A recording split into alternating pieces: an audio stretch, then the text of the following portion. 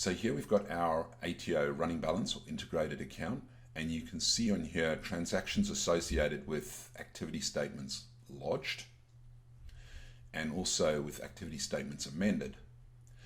And you can see we've got a process date and an effective date. Effective date being the date it's effectively due in the ATO systems.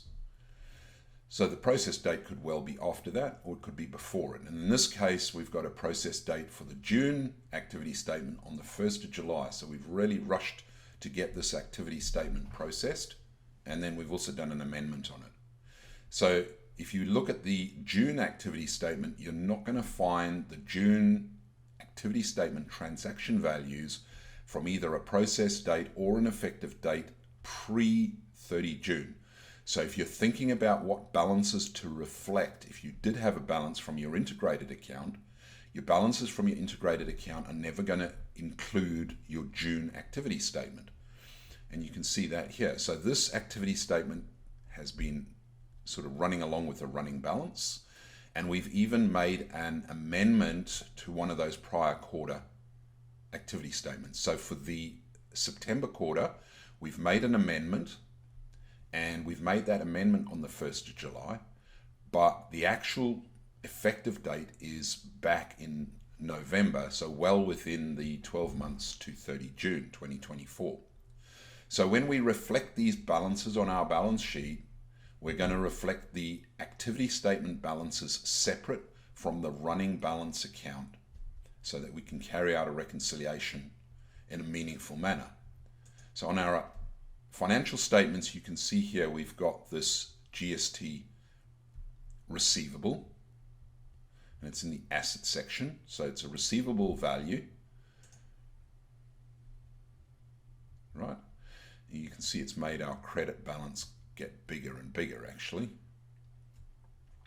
So it's a receivable value that's owed to us by the ATO, or owed to this business by the ATO.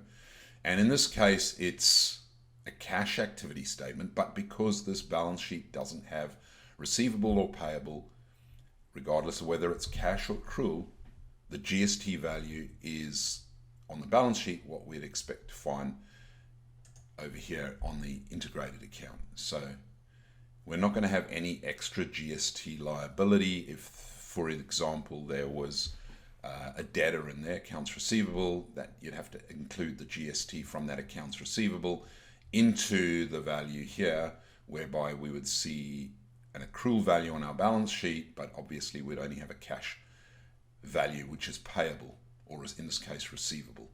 So you can simply work on the basis that we see what we see here, and it is what we see on the integrated account. Now, anything before the 30 June cutoff line associated with this running balance will show separately. And in this case, you can see obviously up until 30 June.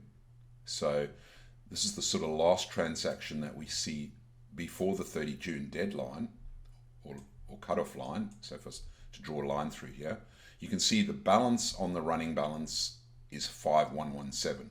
But what we need to take into account is we need to take into account any transactions that are processed post 30 June, but which have an effective date pre-30 June, which is the case here, right?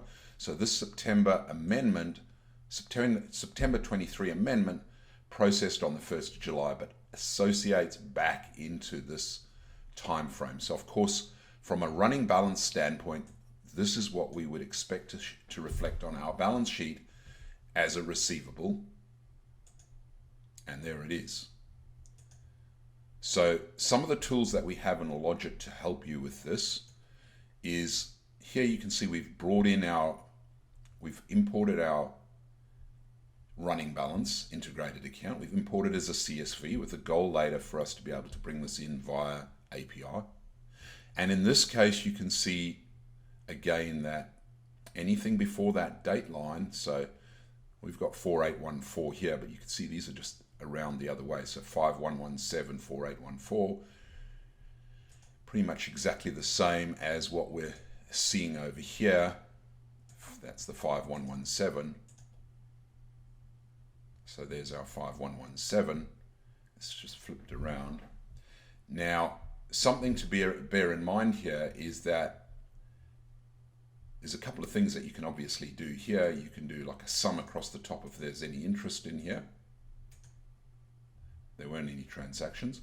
The other thing that you can do is you can have a look and see what that true balance is. So the true balance at the 2024 year end has to be the 5117. So we have to have the 5117, which is the balance up until the cutoff line, and that's correctly picked up here. So 5117.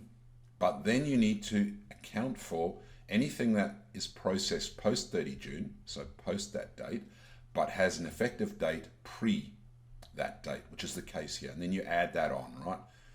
Or in this case, I guess you take it off because this is just more, this is more payable to the ATO. So in this case, we end up with a balance of 4039, and that's exactly what we have over here.